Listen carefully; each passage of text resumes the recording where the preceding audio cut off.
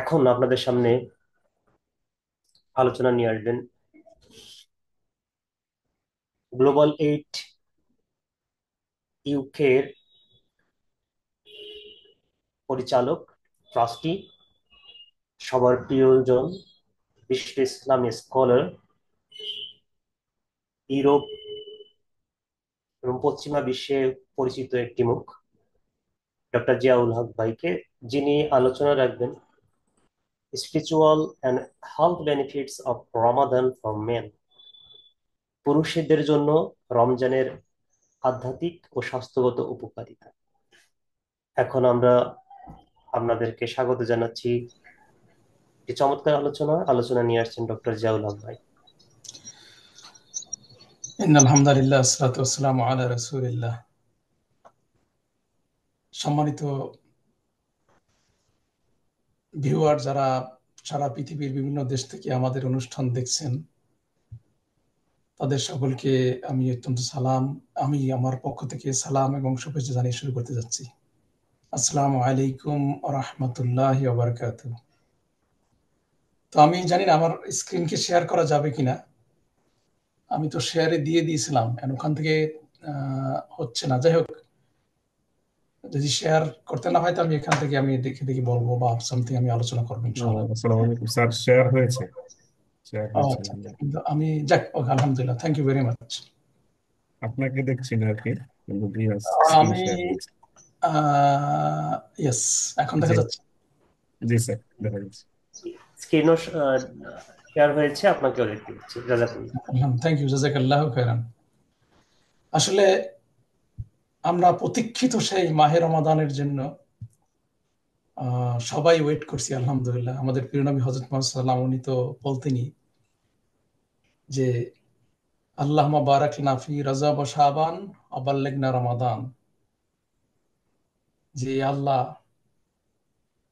এই রজব এবং শাবানকে বরকতময় করে দাও এবং যেন আমরা রমাদান পর্যন্ত পৌঁছতে পারি সে ব্যবস্থা করে দাও। আসলে যখন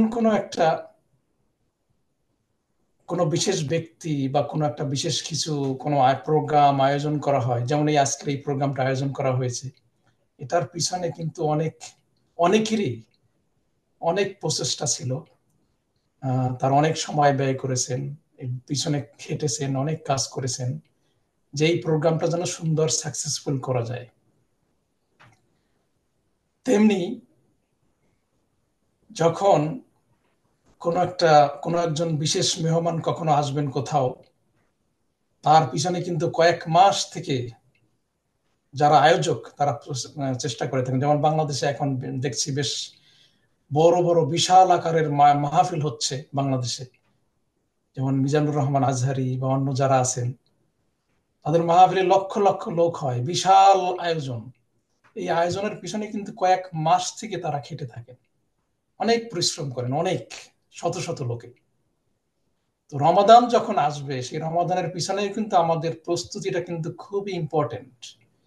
বলা চলে প্রায় 6 মাস থেকেই আমাদের প্রস্তুতি নেওয়া উচিত, যে এখন বিশেষ এক মেহমান আসতেছে। এই মেহমান কিন্তু এমন কোনো মেহমান না, যে মেহমানের, যে রমাদানে আমাদের যে মেইন গাইড, যেটা আমাদের বুক, যেটা গাইড, সর্বকালের সর্বশ্রেষ্ঠ বুক যেটা কোরআন, যার ভিতরে যালিকাল কিতাবু লা রাইবা ফি, যার ভিতরে কোনো সন্দেহ নাই, সেই কিতাব যে মাসে এসেছে এবং যার কাছে এই কিতাব এসেছে, সবই সম্মানিত। সারা বিশ্বের, এই শুধু এই দুনিয়া আখিরাতে সবসময় তারা সম্মানিত, হযরত মুহাম্মদ সাল্লাল্লাহু আলাইহি ওয়াসাল্লাম এবং এই কোরআন। তো এই যে রমাদান মাসেই কোরআন এসেছে, এই কোরআনের কারণেই কিন্তু রমাদান এত সম্মানিত হয়েছে। সেই রমাদানের জন্য আমরা প্রস্তুতি নিচ্ছি আলহামদুলিল্লাহ, মাত্র কয়েকদিন পরই। তো প্রস্তুতিটা শুধু মানসিক নয়, শারীরিক মানসিক দুই দিক থেকেই আমাদেরকে প্রস্তুতি নিতে হবে, যাতে আমরা রমাদানটাকে সুন্দরভাবে পালন করতে পারি, ইনশাআল্লাহ উদযাপন করতে পারি, এর প্রত্যেকটা কর্মকাণ্ডকে আমরা সুন্দরভাবে করতে পারি ইনশাআল্লাহ। তো এক লোককে জিজ্ঞাসা করা হয়েছিল যে রমাদানের প্রস্তুতি কেমন চলছে। তো উনি বললেন যে হ্যাঁ আলহামদুলিল্লাহ 2টা ফ্রিজ সম্পূর্ণ ভরে ফেলেছি এবং আরেকটার প্রায় অর্ধেক হয়ে গেছে। তো তখন যিনি জিজ্ঞাসা করেছেন যে আসলে তো আমি ওই প্রস্তুতির কথা বলিনি, আপনার মানসিক প্রস্তুতিটা কেমন? তো আমাদের ফ্রিজ ভরার কোনো দরকার নাই, রমাদানটাকে সংযমের মাস হিসাবে নিতে হবে, মানসিক প্রস্তুতি নিতে হবে, শারীরিক প্রস্তুতিও নিতে হবে, যাতে আমরা আমাদের শরীরটা সুন্দর থাকে, রমাদানের প্রত্যেকটা কাজকে আমরা সুন্দরভাবে পালন করতে পারি। আসলে শরীর যদি ভালো না থাকে কোনো কিছুই ভালো লাগে না। তো তো ফার্স্ট যে আমি যেটা বলতে চাচ্ছি যে প্রফেট মুহাম্মদ সাল্লাল্লাহু আলাইহি সাল্লাম উনি বলেছিলেন যে take advantage of 5 things over other 5 things. Properly utilise করতে হবে 5টা জিনিসকে অন্য 5টার উপরে প্রাধান্য দিতে হবে। তার একটা হলো স্বাস্থ্য। অসুস্থ হওয়ার আগে আমাদের শরীরকে প্রপারলি ইউটিলাইজ করতে হবে। এটা কিন্তু ওই 5টার একটা, আমি 5টায় অন্য 5টায় যাচ্ছি, অন্য 4টায় যাচ্ছি না, যেহেতু আমার টপিক না। তো আমার শরীরকে সুন্দর রাখতে হবে এবং এই শরীর সুন্দর রাখা যতদিন সুন্দর থাকবে ততদিন এটাকে এমন ভাবে আমার আল্লাহর পথে কাজে লাগাতে হবে যাতে আমি অসুস্থ হয়ে গেলে আর আমি করতে হবে না, করতে পারি না, এই আল্লাহ আমি শরীরটাকে যখন সুস্থ ছিলাম তখন তো এটাকে প্রপারলি ইউটিলাইজ করি নাই। নামাজ দাঁড়াইয়া পড়া ফরজ, কিন্তু বসে পড়লেও হবে, শুয়ে পড়লেও হবে, এমনকি পানিতে ডুবন্ত অবস্থায় যদি নামাজের সময় চলে যায়, যে এখন নামাজের সময় চলে যাচ্ছে, নামাজ তখনও ইশারায় পড়তে হবে। মুমূর্ষ অবস্থায় যতক্ষণ পর্যন্ত সেন্স থাকবে নামাজকে বাদ দেওয়া যাবে না, এটা হলো কথা। কিন্তু দাঁড়াইয়া নামাজ পড়া ফরজ। এখন আমরা মসজিদে গেলে দেখতে পাই যে অনেক মানুষ চেয়ার দিয়ে বসে বসে নামাজ পড়ছে, কেউ কেউ ফ্লোরে বসে নামাজ পড়ছে। তার মানে ফরজ যদি একটা ছুটে যায়, এখানে আজাদি ভাই তো আছেন নিশ্চয়ই, আরো অনেক শিখরা আছেন, একটা ফরজ নামাজের একটা ফরজ যদি ছুটে যায় তাহলে নামাজ ক্যান্সেল। কিন্তু আমরা বসে বসে নামাজ পড়ি, শুয়ে শুয়ে নামাজ পড়ি, তাহলে আমাদের নামাজের অবস্থাটা কি হবে? ওই জন্যই আল্লাহ বলছেন তোমাদের জন্য আমি মানে কোনো কিছুকে কঠিন করি নাই, সহজ করে দিছি, তোমাদের সিচুয়েশন অনুযায়ী তোমরা পালন করবে। যেমন গত সপ্তাহখানেক আগে আমি টেলিভিশনে যাচ্ছিলাম, হসপিটাল থেকে শুরু করছি এমন ভাবে জার্নি যে ওখানে চ্যালেঞ্জতে পৌঁছতে আমার সময় লাগবে প্রায় 2 ঘন্টার কাছাকাছি, কিন্তু আমার নামাজ তো মাঝখানে পড়তে হবে। তো আমার প্রিপারেশন আমার আছে ওইভাবেই, যে আমার কাছে জায়নামাজ থাকে, গাড়ির ভিতরে থাকে, সবকিছুই থাকে, পানিও থাকে গাড়ির ভিতরে, যেন উজু করার দরকার হলে হবে, করা যাবে ইনশাআল্লাহ। তো আমি যখন নামাজ মাগরিবের আধা ঘন্টা পরেই যখন মাগরিবের নামাজ শুরু হয়ে গেল, তখন আমি আমার ভিতরে মানে প্রেশারই শুরু হয়ে গেছে, আমি কোথায় নামাজ পড়বো, কোথায় নামাজ পড়বো। যদি আমি প্রিপেয়ার্ড, যে কোনো জায়গায় আমি রাস্তায় নামাজ পড়তে পারি, আমার কোনো সমস্যা নেই আলহামদুলিল্লাহ। তো আল্লাহ এমন একটা সুন্দর জায়গা মিলিয়ে দিয়েছেন যে একটা ছোট্ট একটা গলির ভিতরে ঢুকে একটা গাড়ির পিছনে আমার জায়নামাজটা বিছিয়ে নামাজ মাগরিব পড়ে নিলাম। এখন ইচ্ছা থাকলে তো উপায় হবেই। এখন যদি আমরা নামাজ দাঁড়িয়ে পড়তে না পারি তাহলে আমাদেরকে বসে পড়তে হবে। যে কোনো জায়গায় গাড়ির ভিতরে পড়লে তখন বসে পড়তে হবে। তো শরীর যদি ভালো না থাকে তাহলে কিন্তু নামাজ আমরা পড়তে পারছি না ঠিক মতো, দাঁড়াতে পারছি না। আমি যে একটা ছবিও দেখাবো পরে, যে নামাজ আমাদের কত কষ্ট, আমি দাঁড়ানোর কোনো সুযোগ নাই। এখন যদি মনে করি যে আমরা যখন সুস্থ ছিলাম তখন তো নামাজটা দাঁড়িয়ে যদি পড়তাম ঠিকঠাক মতো, তাহলে তো আমার এখন যে নামাজটা পড়তেছি এটা আল্লাহ কবুল করবেন, কিন্তু ওই যে সওয়াবটা ওইভাবে তো হয়তো আমরা আর পাবো কিনা সন্দেহ আছে। আল্লাহ নামাজটা করে, এটা হলো গ্রেস মার্ক দেওয়া আর কি।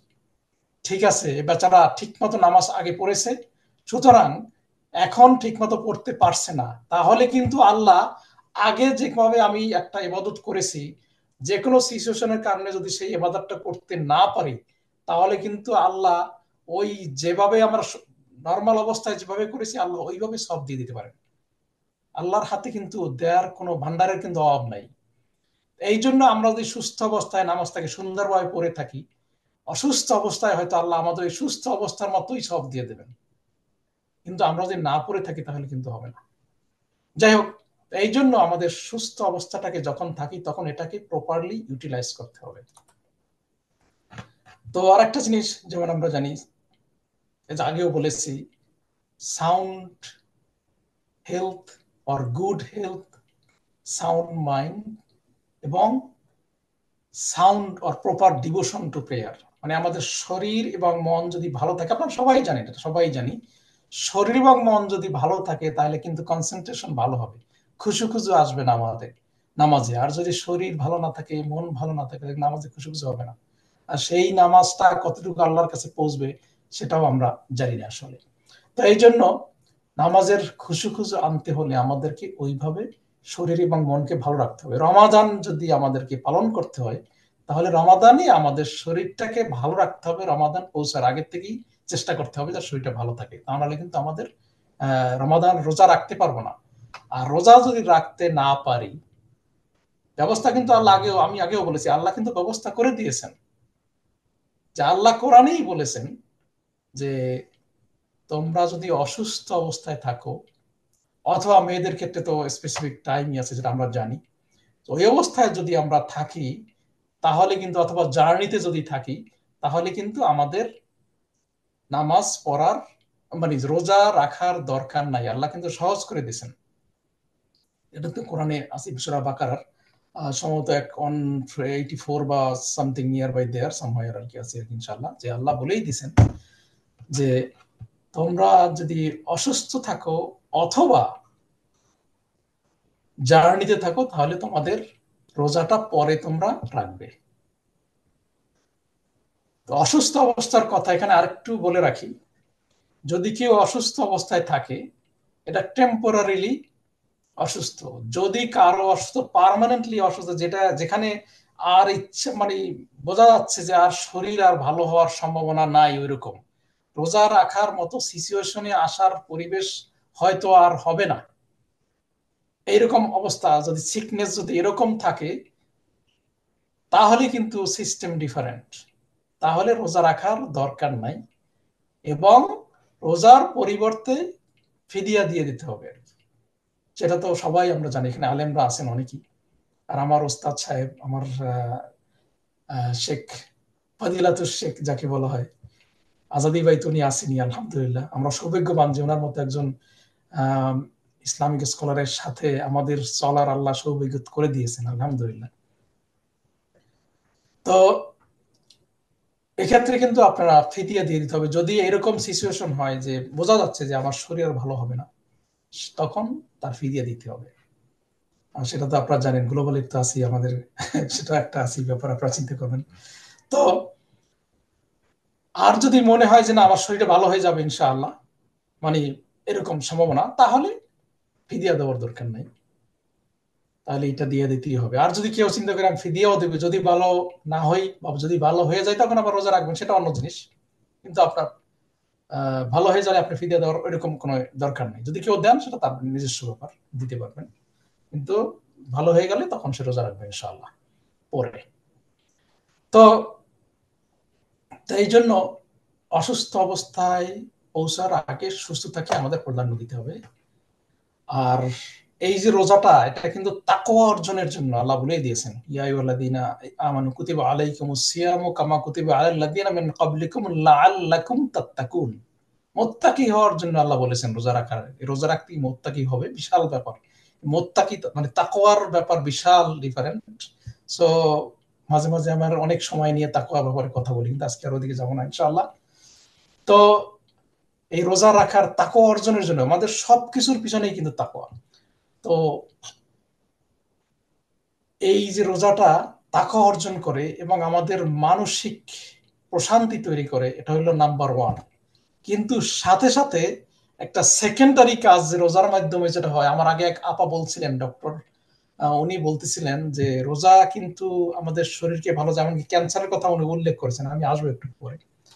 রোজা কিন্তু আমাদের যে কত ভাবে উপকার করে, যা বলে শেষ করা যাবে না। নামাজ ইসলামের প্রত্যেকটা ইবাদত কিন্তু আমাদের শারীরিক এবং মানসিক দুইয়ের জন্যই উপকারী।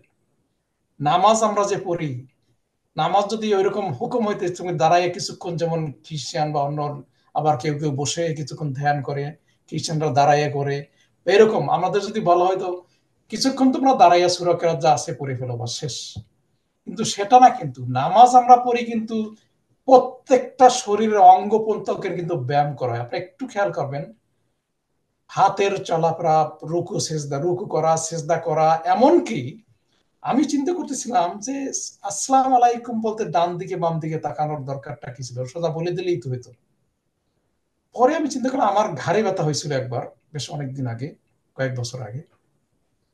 তখন ফিজিওথেরাপিস্ট আমাকে যে এক্সারসাইজটা দিল সেটা হলো এই ডান দিকে তাকায় এবার এরকম রাখো কয়েক সেকেন্ড, 15 সেকেন্ড, আবার বাম দিকে 15 সেকেন্ড।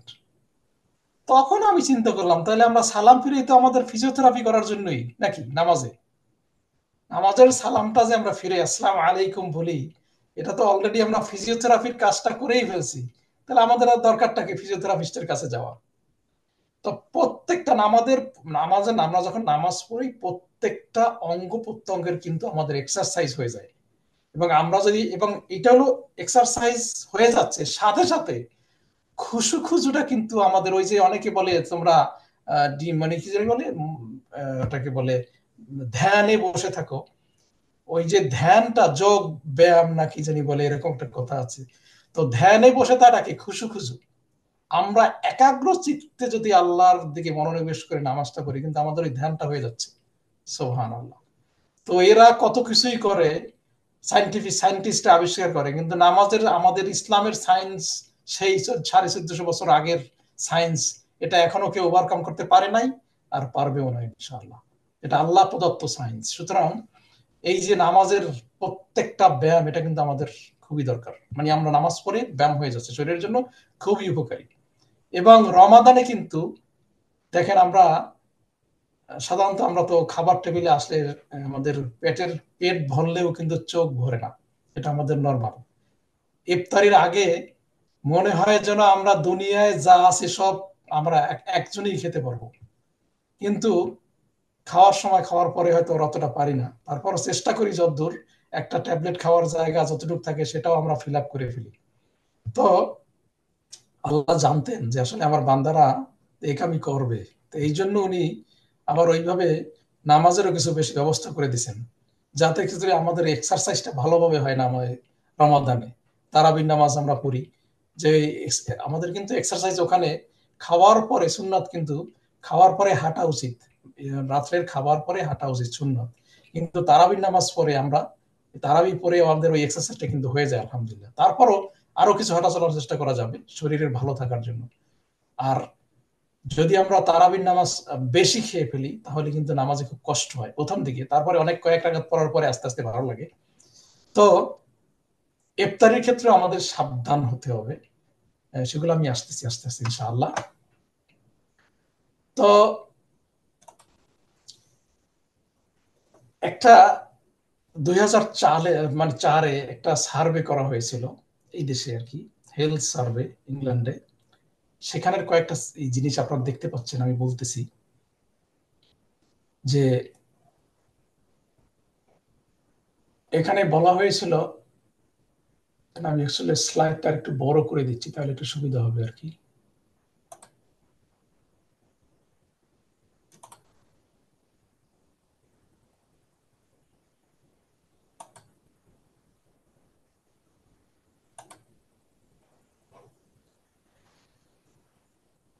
তো এখানে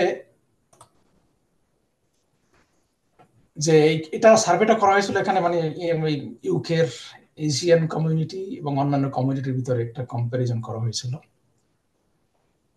সেখানে দেখানো হয়েছে যে এশিয়ার কমিউনিটির ভিতরে যারা হেলথটাকে তারা মেনটেন করে না ঠিক মতো, এবং লাইফ স্টাইলও ঠিক মতো মেনটেন করে না। তো এখানে এখানে যে আপনারা দেখতে পাচ্ছেন যে এশিয়ান কমিউনিটির ভিতরে আবার মুসলিমরা কিন্তু খুবই বেশি বাজে অবস্থার ভিতরে আছে। কারণ তারা আরো কম মেনটেন করে, কারণ আমরা খাবার দাবার ক্ষেত্রে একটু কম হিসাব করি। আমাদের আমরা সবাই দাওয়াত খেতে যাই, কিন্তু দোষ হয় কিন্তু হুজুরের। যদি আমাদের আজাদি ভাই খুব একটা দাওয়াত খেতে যান না, দাওয়াত দিলেও আসেন না, কিন্তু আমরা ওই হুজুররা বলে যে হুজুররা খুব দাওয়াত খেতে যায়, আসলে যে আমরা নিজেরাও খাই সেটা কিন্তু আমরা বলি না। যাই হোক, আমরা দাওয়াত খাওয়াটাকে খুব পছন্দ মনে করি। এবং ওই যে আপনি এখানে দেখতেছেন কত খাবার দাবার, এগুলো সামনে আসলে তো ওই বললাম যে চোখের ক্ষুধা আর মেটে না, সবই মনে হয় যে একত্রে খেয়ে ফেলবো ইনশাআল্লাহ। তো এশিয়ান কমিউনিটি আমরা আসলে খুব একটা ফলো করি না এটাকে। আর বাংলাদেশের কমিউনিটির অবস্থা আরো খারাপ। সিগারেট খাওয়ার ক্ষেত্রে একটা দেখেন যে 24% পুরুষরা, মানে মানে জেনারেল পপুলেশনের ভিতরে তারা সিগারেট খায়, স্মোক করে।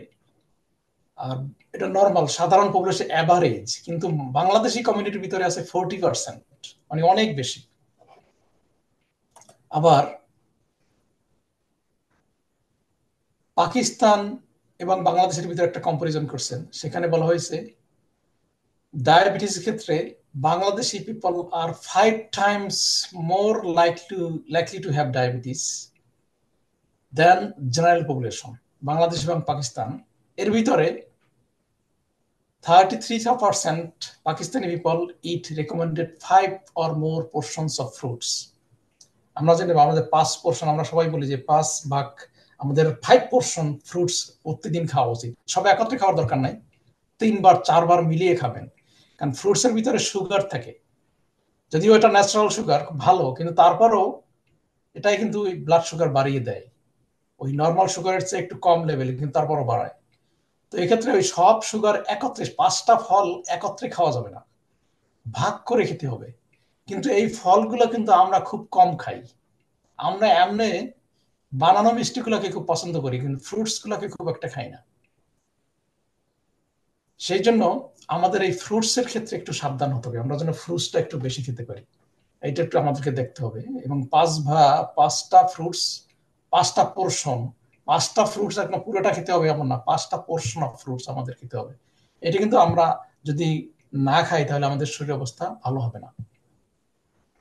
এখন আমরা রোজার দিকে আবার চলে আসি। রোজা আসলে ফাস্টিংটা আমাদের যখন খাবার দাবার খাই সেটা কি হয়, খাবার খাওয়ার পরে আমরা যেটা খাই সেটা শরীরের ভিতরে আস্তে আস্তে আমরা জানি পাকে চলে যায়, ওখান থেকে আস্তে আস্তে জিআই ট্র্যাক্টের বিভিন্ন মানে পার্ট থেকে নিচের দিকে আস্তে আস্তে যেতে থাকে, এবং এটা অ্যাবজর্পশন হতে থাকে, এবং এটা ব্রেকডাউন হতে থাকে। ব্রেকডাউন হওয়ার পরে অ্যাবজর্পশন হয়, সুগার গুলো অ্যাবজর্পশন হয়, তারপরে নিউট্রিয়েন্ট যেগুলো আছে, সব মিনারেল যে আছে সেগুলো অ্যাবজর্পশন হয় এবং শরীরের বিভিন্ন অংশে চলে যায়।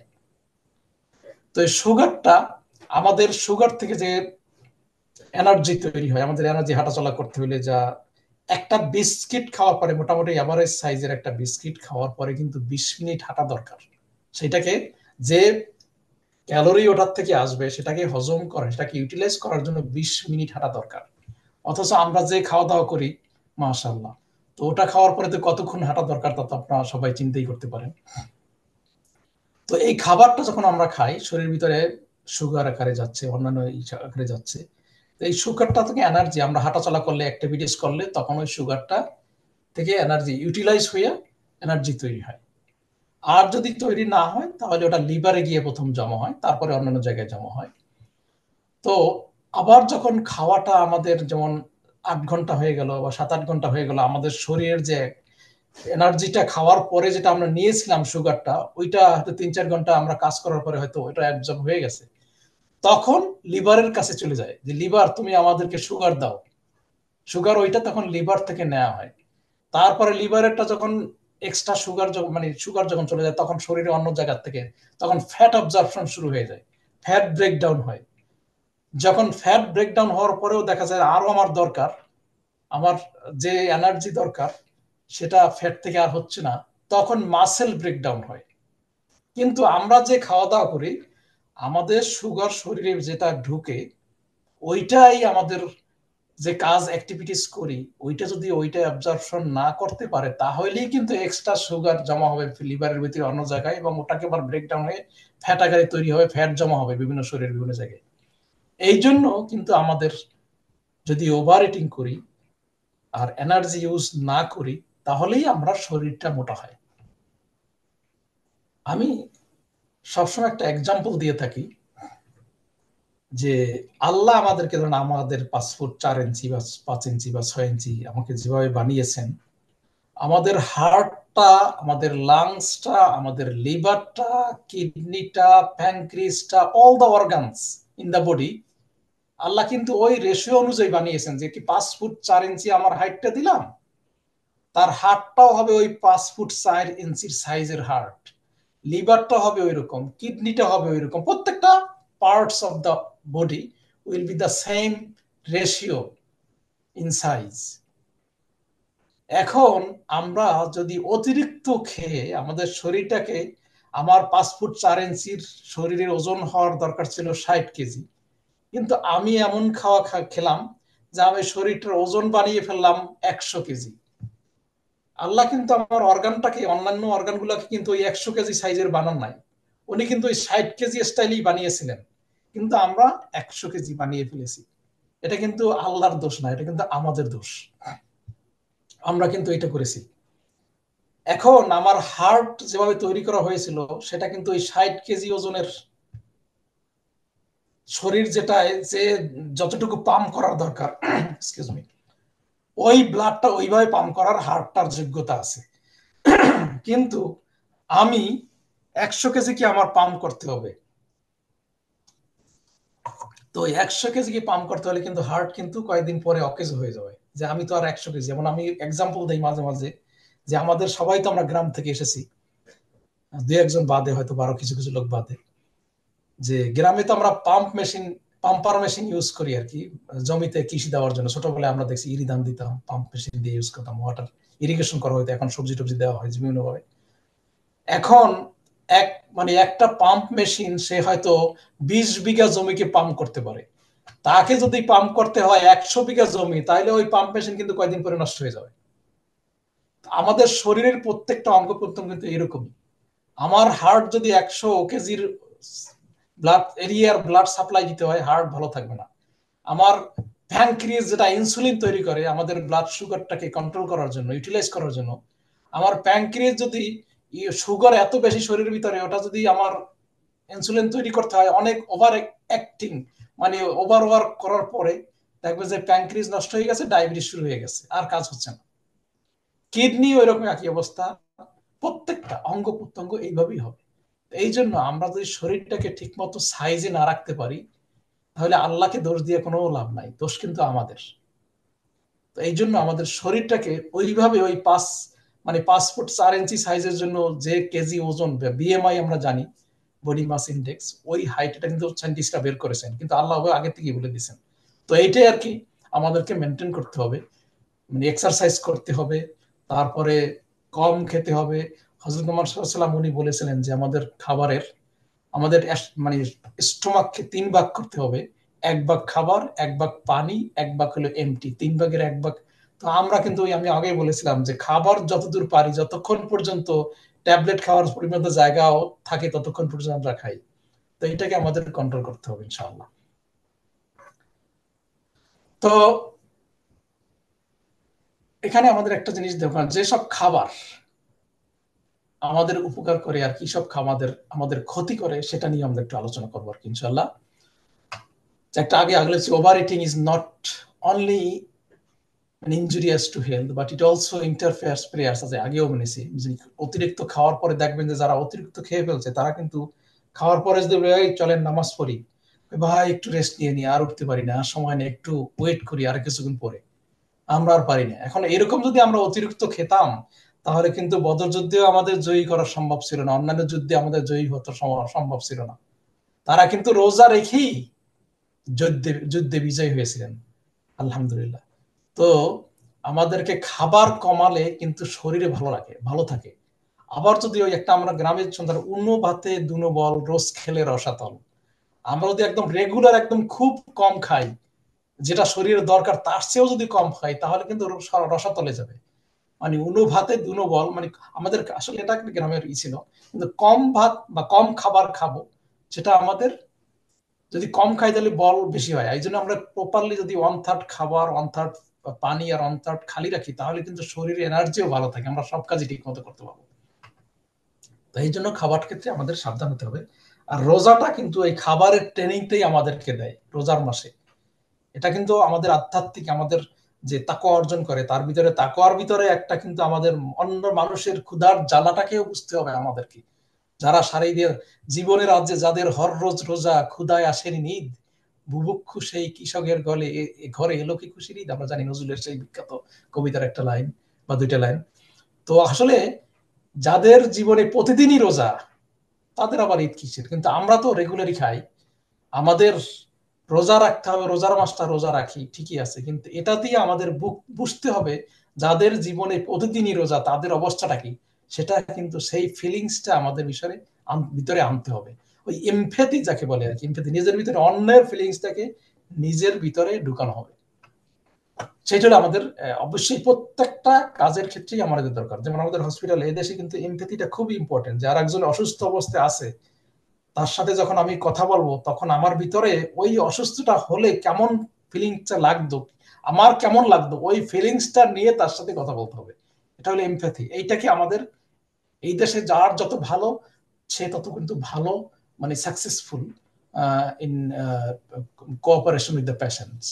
তো এই জন্য তাদেরকে পেশেন্টদের সাথে এমপ্যাথিটা শো করতে হবে। এটাকে আমাদের পেশেন্টরাও ফিডব্যাক দেয় এবং নিজেদেরকেও বুঝতে হবে এটা। যাই হোক, তো এই যে মানে যারা সারাদিন না খেয়ে থাকে, যারা গরিব মানুষ, তাদের ফিলিংসটা আমাদের ভিতরে নিতে হবে ইনশাআল্লাহ।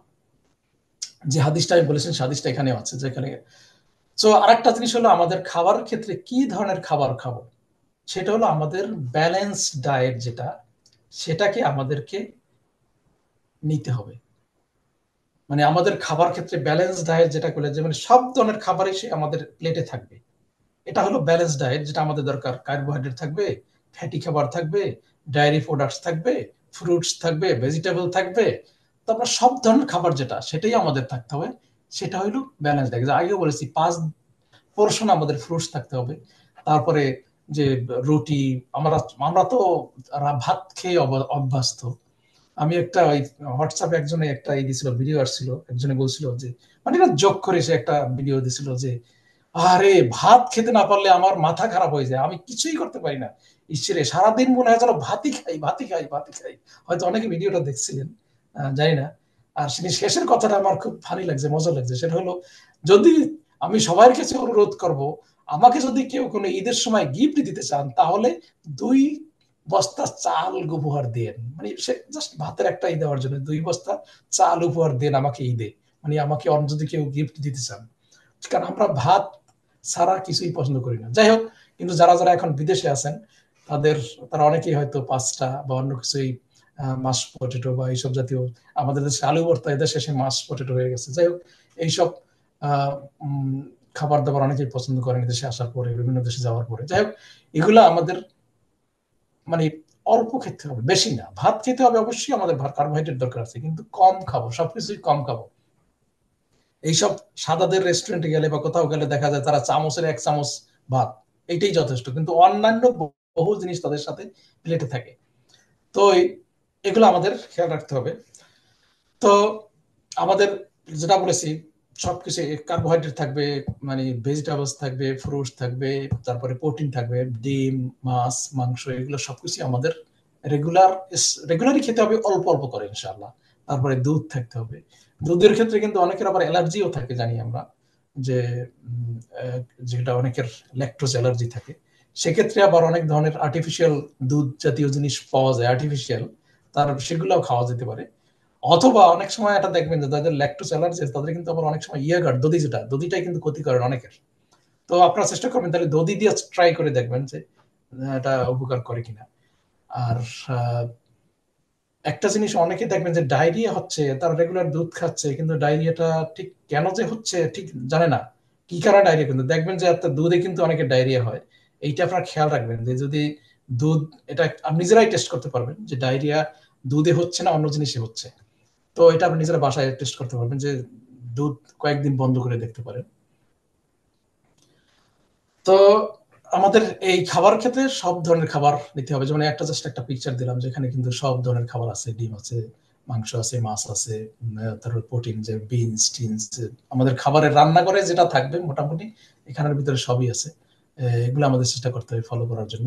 তারপরে যে আরেকটা বললাম যে ব্যালেন্স ডায়েটে পাঁচটা পর, মানে আমাদের খাবারটাকে ভাগ করতে হবে, প্লেটের 5টা ভাগে রাখতে হবে, যে কার্বোহাইড্রেট, তারপরে ভেজিটেবলস ফ্রুটস ভেজিটেবলস একদিকে, মাছ মাংস একদিকে, প্রোটিন একদিকে, তারপরে ডেয়ারি ফুড আছে সেখানে একদিকে, সবকিছুই আর কি থাকতে হবে, মিল্ক আর কার্বোহাইড্রেট ফ্রুটস সব। আমাদের এটা একটা প্লেটটাকে এভাবে রেডি করতে হবে যে আমরা সবকিছুই খাবো, মানে প্রয়োজন মতো, নট দ্যাট মাচ। এইবারে আমরা আছি রমাদানে, আমরা কি করি?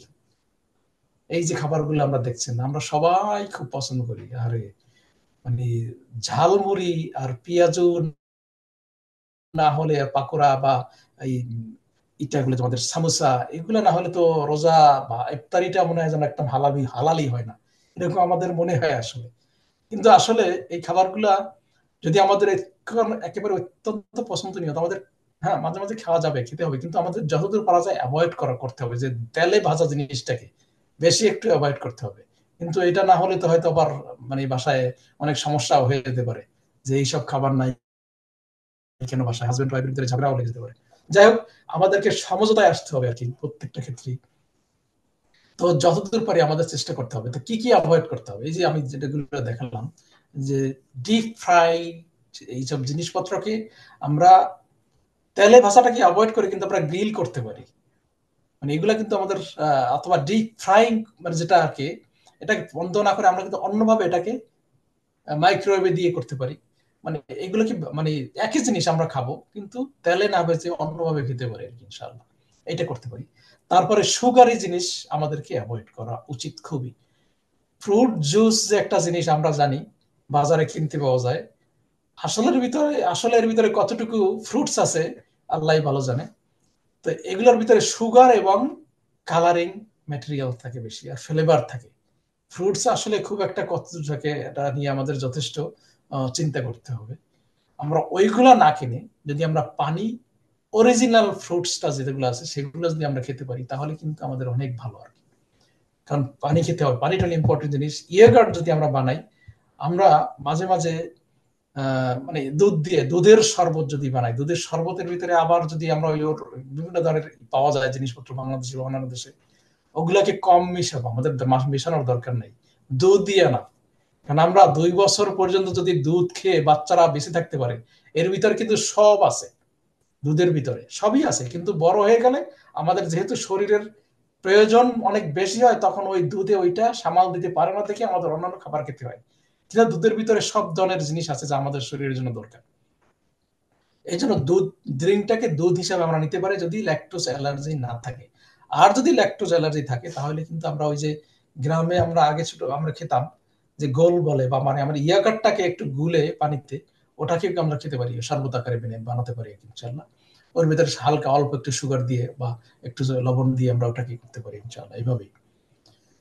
তো একটা জিনিস, আর যেটা আমি বলেছি, আর মিষ্টি যেটা আমরা সবাই পছন্দই করি মিষ্টি খাওয়াটাকে, সেই মিষ্টি খাওয়াটার বদলে যদি কয়েকটা জিনিস আছে, যেমন রসমালাই পাওয়া যায়, বাংলাদেশেও থাকে স্বাভাবিক রসমালাই, যেটা যেগুলোর ভিতরে মিল্ক প্রোডাক্ট বেশি থাকে, সেই জিনিসটা কিন্তু আমরা বেশি খেতে পারবো ইনশাআল্লাহ।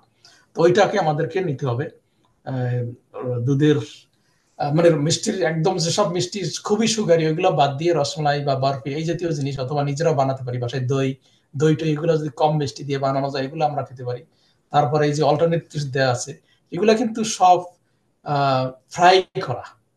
এগুলো কিন্তু এখন যেমন আমরা টার্কিশ শপে যদি আমরা যাই, এখানেও দেখা যায় কিন্তু এখন এই গ্রিল ফুডের কিন্তু কদর অনেক বেড়ে গেছে। আগে যে তেল দিয়ে বাজতাম যেগুলা, তার চেয়ে কিন্তু গ্রিল ফুডের দাম কিন্তু অনেক বেশি এখন, বা বেশি, এবং এটাকে সবাই পছন্দ করে। মাছ মাংস সব কিন্তু গ্রিল করলে এটা কিন্তু এরকম অতটা ক্ষতিকর না, কিন্তু এমনি তেলে ভাজার চেয়ে বা তেলে রান্না করার চেয়ে। আমরা চেষ্টা করবো এইভাবে করার জন্য। এই যে দেখেন, আমরা রুটি খেতে পারি, ভেজিটেবলটাকে বেশি খেতে পারি, ফ্রুটস বেশি খেতে পারি ইনশাআল্লাহ। তো গ্রিল করার একটু বেশি চেষ্টা করতে হবে ইনশাআল্লাহ। আমাদের সময় বেশি চলে আসতেছে, তো বেশিক্ষণ আমি হয়তো থাকতে পারবো না, আমার আর একটা প্রোগ্রামেও যেতে হবে টেলিভিশনে। তো যাই হোক, এখানে আমি কয়েকটা গ্রিল জিনিস দেখালাম। এই যে ভেজিটেবলও কিন্তু আপনারা এখানে গ্রিল করতে পারেন, দেখেন কি সুন্দর গ্রিল করে ভেজিটেবল এখানে রাখা হয়েছে। এই আমাদের সব ভেজিটেবল তেলেই রান্না করার দরকার নাই, মানে গ্রিল যারা করতে পারেন এটা কিন্তু খুব ভালো আর কি, আলহামদুলিল্লাহ। সো যদি আমরা তেলের খাবার দাবার অথবা যদি আমাদের একটু থাকে, আমরা কি বলে, যাদের হার্ট বার্ন হয় অথবা অ্যাসিডিটি প্রবলেম আছে, এটা কিন্তু আরো রমাদানে বেড়ে যেতে পারে। এক্ষেত্রে আমাদের কিন্তু খাবারটা আমরা যখন খাই ইফতারির সময়, আমরা এই খেজুর এবং অন্যান্য যেগুলো বললাম এগুলো দিয়ে ইফতারি, খেজুর কিন্তু অনেক উপকারিতা আছে, সেটা আপনারা জানেন। খেজুরের ওই যেটা আপনার হয়তো ওয়েবসাইটে বিভিন্ন জায়গায় দেখতে পারবেন যে খেজুরের অনেক অনেক উপকারিতা। এবং এটা আমরা দেখি হজরত সাল্লাল্লাহু বাচ্চাদেরকে কিন্তু মুখে, নিজের মুখে মানে খেজুরটাকে নিয়ে একটু সফট করে বাচ্চাদের মুখে দিয়ে দিতেন এই প্রথম ফুড হিসাবে। এটা কিন্তু খুবই এনার্জি রিচ অ্যান্ড মানে ডিফারেন্ট কম্পোনেন্টস ফুলের ভিতরে যা দরকার সেটা কিন্তু খেজুরটা কিন্তু খুব দেয়। এই জন্য খেজুর কিন্তু আমাদের থাকা উচিত সবারই আমাদের ইফতারির সময়, এবং সাথে সাথে কিন্তু এনার্জিটা দিয়ে দেয়। এটা এই সুগারটা কিন্তু সাথে সাথে অবজার্ভ হয়ে আমাদেরকে এনার্জি দিয়ে দেয়, এই জন্য খেজুরটা আমাদের খুব দরকার। তো আমাদের প্রবলেম হতে পারে, হার্ট বার্ন হতে পারে, এই জন্য আমাদের মেডিসিন খেতে হবে, আর স্পাইসি ফুডটাকে অ্যাভয়েড করতে হবে যদি হার্ট বার্নটাকে কন্ট্রোল করতে পারি, মানে কন্ট্রোল করার জন্য। আর খাবার কিন্তু আমরা ইফতারির সময় একত্রে অনেক না খেয়ে একটু একটু পরে আমরা খেতে পারি। ইফতারির সময় কিছু খেলাম, তারপরে নামাজ পড়ে, মাগরিব নামাজ পড়ে আবার কিছু খেলাম, তারপরে আমরা এসে চলে গেলাম, আমি এসে তারাবি নামাজে চলে গেলাম।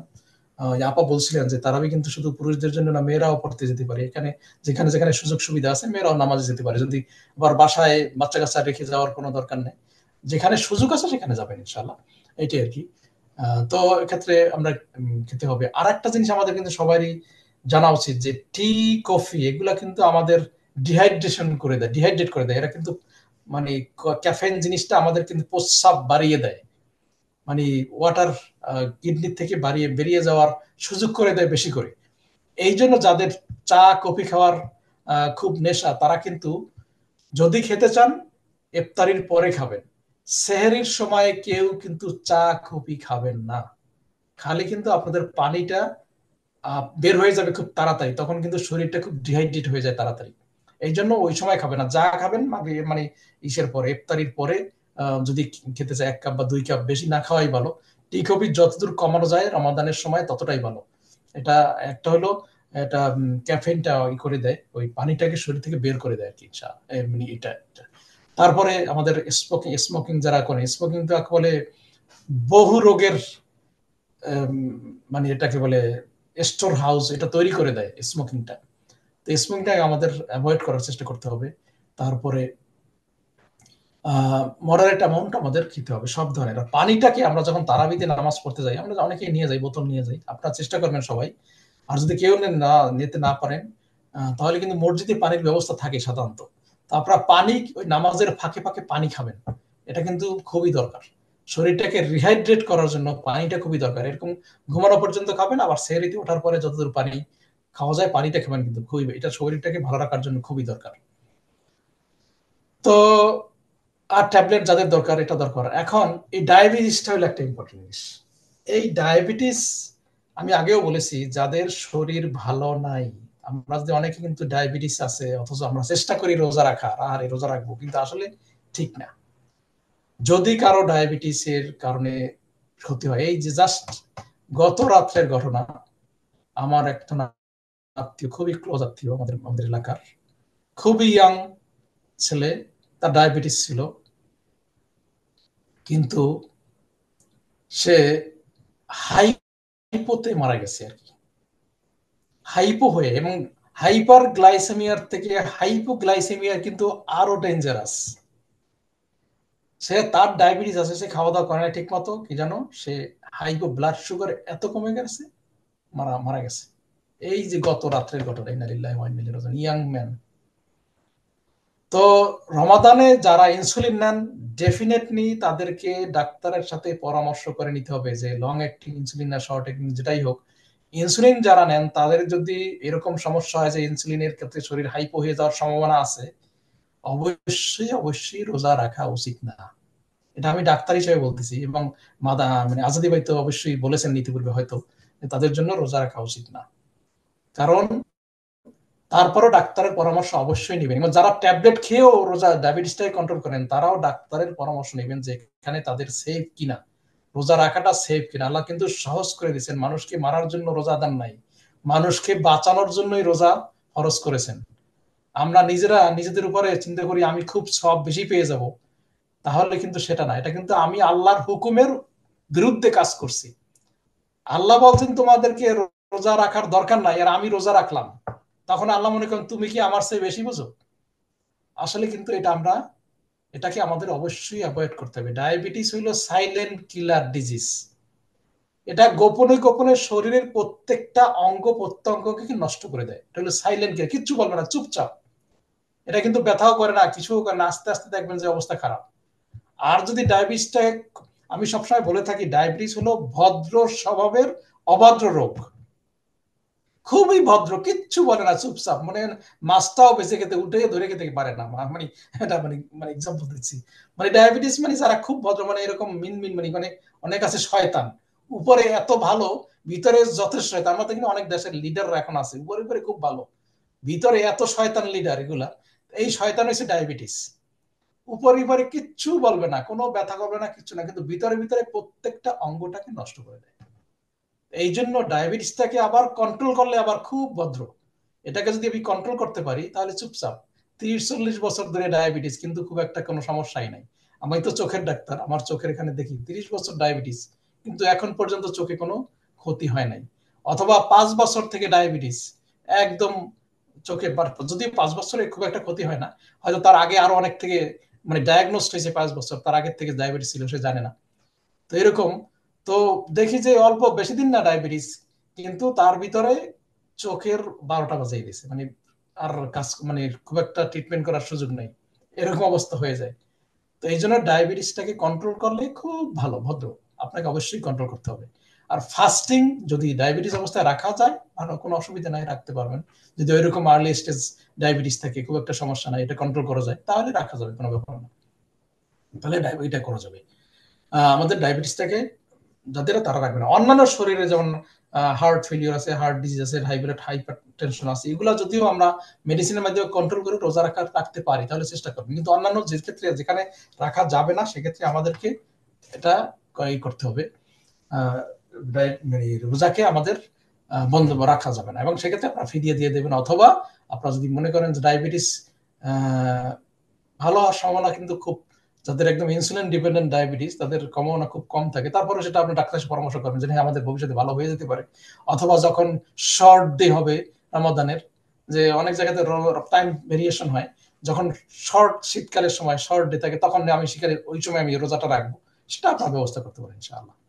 এখন এইখানে দেখেন, আমি শুরুতে বলেছিলাম যে শরীর ভালো না থাকলে কিন্তু এবাদতের অবস্থা কি অবস্থা হয়, যে দেখেন আমাদের শরীরের অবস্থা, এটা কিন্তু একটা মানে জাস্ট একটা কার্টুন টাইপের ছবি, কিন্তু এরকম অবস্থা কিন্তু অনেকেরই আছে। মানে শরীরের যে অবস্থা, সে চেয়ারে বসে নামাজ পড়তে গিয়ে দেখবেন যে ঘুমিয়ে গেছে। নামাজ কি করবে, আমি একজন, আমার এক চাচা ছিলেন, উনি নামাজে দাঁড়ানো অবস্থায়, আমরা যখন তারাবি নামাজ পড়তাম গ্রামে, তো উনি নামাজে দাঁড়াই আছে, নামাজে বেরিয়ে ঘুমিয়ে গেছে, আমরা ওদিকে আর এক রুকু সেজদা দিয়ে উঠে আসলাম, তখন উনি দাঁড়াই আছে, উনি ঘুমাচ্ছে দাঁড়াই দাঁড়িয়ে। আবার রুকুতে যখন যাচ্ছে ঘুমের মধ্যে চলে গেছেন। এরা কিন্তু শরীর ভালো না থাকলে অথবা ওভারওয়েট যখন হয়, তখন কিন্তু এই অবস্থা হয় আর কি। তা আমার শরীরই ভালো না, তোমাদের নামাজের ইবাদতে কি করব? তো শরীরটাকে কন্ট্রোল রাখতে হবে, ভালো রাখতে হবে, তাহলে ইবাদত আমাদের সুন্দর হবে। তো এই জন্য আমাদের দেখতে হবে। আর আর যখন আমাদের স্ট্রেসফুল সিচুয়েশন আসে তখন কিন্তু আমাদের কোনো কিছুই ভালো লাগে না। আর স্ট্রেস কমানোর জন্য ভালো শরীর রাখা এবং এক্সারসাইজ করা খুবই দরকার। কেন আমি কয়েকটা ইম্পর্টেন্ট হেলথ বেনিফিটস আমরা রোজার উপরে দিতে যাচ্ছি, এটা যেহেতু আমাদের সময় শেষ হয়ে গেছে আমার, তো আমি কুইকলি বলে যাই যে হেলথ বেনিফিটস আমাদের রোজা কি কি করে। একটা হলো আমাদের ইমিউনিটি বাড়িয়ে দেয়। এটা কিন্তু প্রত্যেকটা, এই যে আমি যে কথাগুলো বলবো প্রত্যেকটা কিন্তু রিসার্চ বেসড, কোনোটা কিন্তু আমি বলতেছি না, কিন্তু প্রত্যেকটা রিসার্চ বেসড। তো যেহেতু সময় কম, আমি ওইদিকে যাচ্ছি না। তো ইনক্রিজ শরীর আমাদের ইমিউনিটি বাড়িয়ে দেয়। ইমিউনিটি আপনারা জানেন রোগ প্রতিরোধ ক্ষমতা। এই যে রোজা কিন্তু আমাদের রোগ প্রতিরোধ ক্ষমতাটা কিন্তু বাড়িয়ে দেয়। আর রোগ প্রতিরোধ ক্ষমতা যদি বাড়ানো থাকে, তাহলে অনেক রোগ থেকে আমরা নিজেদেরকে রক্ষা করতে পারি। তো এই একটা জিনিস ডায়াবেটিস করে, রমাদান করে। সেকেন্ড হলো ইনসুলিন যে ডায়াবেটিস আছে, ইনসুলিন সেন্সিটিভিটিটা কিন্তু বাড়িয়ে দেয় রোজা। এর ইনসুলিন, আমাদের ইনসুলিন সেন্সিটিভিটি যদি ভালো থাকে তাহলে কিন্তু আমরা ডায়াবেটিসটাকে কন্ট্রোল করতে পারি। আর সেন্সিটিভ যদি ভালো না থাকে তাহলে ডায়াবেটিস কন্ট্রোল আরো খারাপ হয়ে যাবে। এই রোজা কিন্তু সেন্সিটিভিটি বাড়িয়ে দেয়, মেকানিজম আছে, অনেক মেকানিজম, আপনারা যদি দেখতে চান পরে ওয়েবসাইট দেখে নিয়েন, মেকানিজম আছে কিভাবে সেন্সিটিভিটি বাড়িয়ে দেয়। তারপরে ওয়েট লসটাকে ডায়াবেটিস করে। আর ওয়েট লস আগেও বলেছি, আমাদের 100 কেজির ওজন আমাদের থাকলে কিন্তু 60 কেজি হওয়ার যার কথা ছিল সে কিন্তু পারবে না।